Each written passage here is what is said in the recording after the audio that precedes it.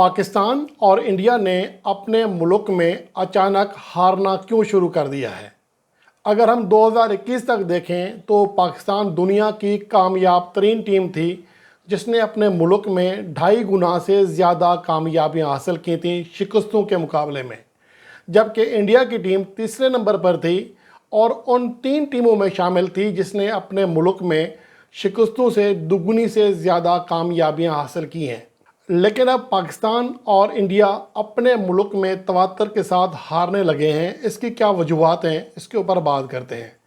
सबसे अहम बात यह है कि अगर हम 2023 से देखें तो पाकिस्तान के जो रिज़ल्ट्स हैं अपने मुल्क में वो इंतहाई भयानक हैं, और उसके मुकाबले में अगर इंडिया को देखें तो उनके आदाद व शुमार भी कोई ज़्यादा बेहतर नहीं है, जिसने आखिरी 10.5 सालों में अपने मुल्क में सिर्फ 3 टेस्ट मैचेस हारे थे। वो आखिरी 11 टेस्ट मैचों में चौथी शिकस्त के बिल्कुल दहाने पहुंच चुकी है, और इस सदी में या यूं कहें गुज़श्ता 12 साल से ये पहला मौका होगा कि उसे अपने मुल्क में लगातार दूसरे टेस्ट मैच में शिकस्त का सामना करना पड़ेगा।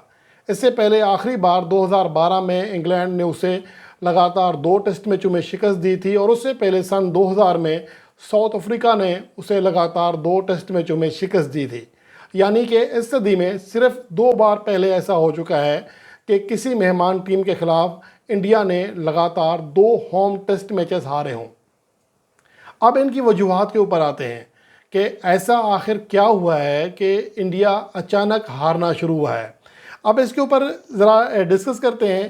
पहले तो ये कि आखिरी जो 3 शिकस्तें हुई थी इंडिया को, हालिया जो 3 शिकस्तें, उससे पहले एक 2012 में हुई, फिर 2017 में, उसके बाद 2021 में, जबकि 2023 से अब तक उन्हें एक तो मार्च में शिकस्त हुई। मार्च 2023 में इंदौर के मकाम पर ऑस्ट्रेलिया टीम के हाथों, फिर ऑस्ट्रेलिया टीम के हाथों अगला अहमदाबाद टेस्ट मैच ड्रा किया, फिर हैदराबाद में जो अगला टेस्ट मैच था वो इंग्लैंड के खिलाफ हारा।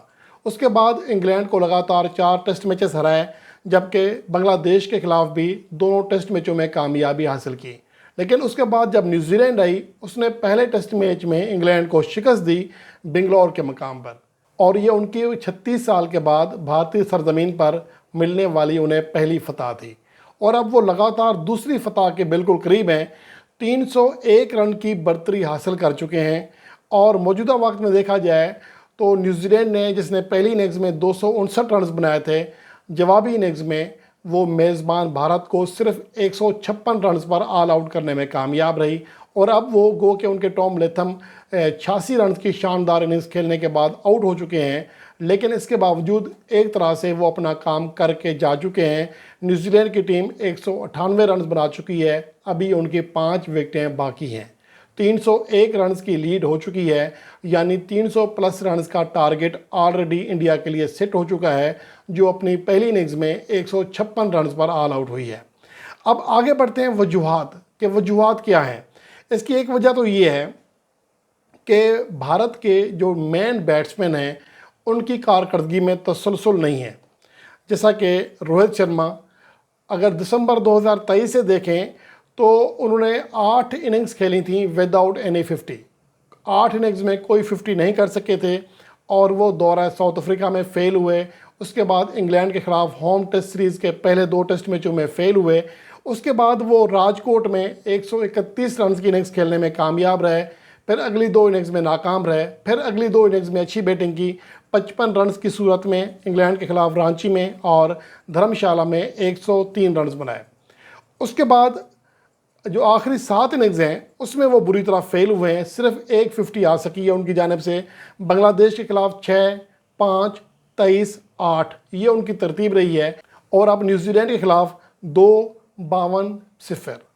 और अगर उनके तरह के लेजेंड खिलाड़ी विराट कोहली की बात करें, उनका तो आज जो बोल्ड हुए हैं जिस तरीके से इस इनिंग्स में, मुझे तो हैरान कौन लगा कि एक ऐसी गेंद जो कि फुल लेंथ थी, अजीब अंदाज में स्वीप किया, सीधा बोल्ड हो गए। एक तो लगता है ऐसा है कि वो जहनी तौर पर डिस्टर्ब लग रहे थे जिस तरह आज की बैटिंग उनकी जानिब से सामने आई है। और अगर सेम टाइम में यानी कि दिसंबर 2023 से उनकी कारकर्दगी देखें तो उनकी कारकर्दगी भी रोहित शर्मा से ज़्यादा मुख्तलिफ नहीं है, बल्कि शायद उनसे ख़राब है।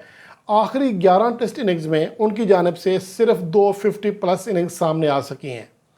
विराट कोहली बुरी तरह फेल हो रहे हैं और इवन के आखिरी जो लगभग 9 इनिंग्स हैं उनमें सिर्फ 150 उनकी जानिब से आ सकी है। और जायसवाल की कहानी भी ज़्यादा मुख्तलिफ इसलिए नहीं है कि इंग्लैंड के खिलाफ 214 रन्स की नाकाबिल शिकस्त इनिंग्स और डबल सेंचुरी बनाने के बाद वो बड़ा स्कोर करने में फेल हैं। गो कि उनकी कारकर्दगी में तसलसल है, आखिरी 10 इनिंग्स में 550+ इनिंग्स खेली हैं, लेकिन अपनी इनिंग्स को वो बड़े स्कोर में कन्वर्ट करने में फेल हो रहे हैं। और इस अरसे में आखिरी 10 इनिंग्स में एक भी ऐसी इनिंग्स नहीं है जिसमें उनका इनफरादी स्कोर 75 रन से आगे बढ़ सका हो। और इसके अलावा सेम प्रॉब्लम शुभमन गिल के साथ है। आखिरी 2 सीरीज़ में वो भी फेल हैं और बांग्लादेश के खिलाफ चेन्नई में 0 पर आउट हुए, फिर 119 रन किए, उसके बाद 39, 6 और अब 30 रन। ये उनकी कारकर्दगी है।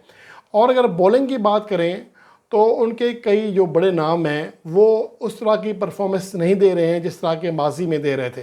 रविंद्र जडेजा सिर्फ 3 बार ऐसा हुआ है कि वो 2 से ज़्यादा विकेटें हासिल कर सके और आखिरी 11 में से 7 इनिंग्स में उनकी विकेटें जो हैं या फिर एक इनिंग्स में या फिर विकेट नहीं ले सके। तो ये उनकी कारकर्दगी रही है।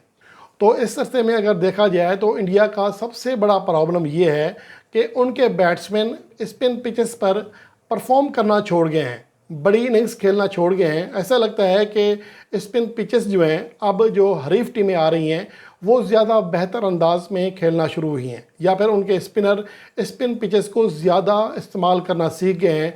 जैसा कि वाशिंगटन सुंदर ने पहली इनिंग्स में 7 विकेटें हासिल की तो मिचेल सेंटनर ने उतनी विकेटें हासिल करके दिखा दी। तो देखने में ये है कि पहले सिर्फ इनके होम बॉलर्स जो हैं वो परफॉर्म करते थे, मेहमान स्पिनर्स भी उतने ज़्यादा कामयाब नहीं होते थे। दूसरी जानब अगर पाकिस्तान की जानब आए तो पाकिस्तान का मसला थोड़ा मुख्तलिफ है। पाकिस्तान ने बैटिंग फ्रेंडली पिचेस बनाकर अपना बेड़ा गर्क किया, अपने मैचेस हारे और अब जाकर होश आया है तो पाकिस्तान टीम किसी हद तक कम बैक करती हुई दिखाई दे रही है। अगर आखिरी 2 टेस्ट मैचेस देखें तो इसमें पाकिस्तान टीम बिल्कुल मुख्तलिफ इसलिए दिखाई दे रही है कि पाकिस्तान को जो पाकिस्तान की तारीख रही है उसके आइन मुताबिक उनको पिचेस मिल रही हैं। पाकिस्तान के स्पिनर्स एक बार फिर विकेटें हासिल करना शुरू हो चुके हैं। गो के दूसरा रावलपिंडी टेस्ट मैच एक तरह से पाकिस्तान के बैट्समैनों की नाकामी की जो है भीड़ चढ़ने जा रहा था, लेकिन सऊद शकील ने शानदार बैटिंग की है, नुमान अली ने शानदार बैटिंग की है, साजिद खान ने उनका साथ दिया है। तो ओवरऑल पाकिस्तान टीम खसारे से बचते हुए लीड हासिल करने में कामयाब हो चुकी है। लेकिन पाकिस्तान की जो असल वजह है, पाकिस्तान को जो होम ग्राउंड्स पर शिकस्तें हुई हैं उसकी वजह सिर्फ ये है कि पाकिस्तान ने अपनी मर्ज़ी की पिचेस बनाने के बजाय फ्लैट पिचेस बनाई हैं, अपनी सलाहियत का इस्तेमाल नहीं किया, अपनी जो रवायती पिचेस होती हैं उनको बिल्कुल यकसर नज़रअंदाज किया और इसलिए पाकिस्तान को ये शिकस्तें हुई हैं। लेकिन दूसरी जानिब इंडिया का मसला इससे मुख्तलिफ है। उनके प्लेयर्स होम कंडीशंस में वैसी परफॉर्म करने में कामयाब नहीं हो पा रहे हैं जैसा कि 2023 तक वो परफॉर्म करते आ रहे थे। अब देखना ये है कि इंडिया इस हवाले से आगे क्या प्लान करता है, क्योंकि भारत को बहरहाल होम ग्राउंड पर नाकाबिल शिकस्त टीम कहा जाता रहा है, लेकिन अब 11वें टेस्ट मैच में चौथी शिकस्त उनकी मुंतज़र है।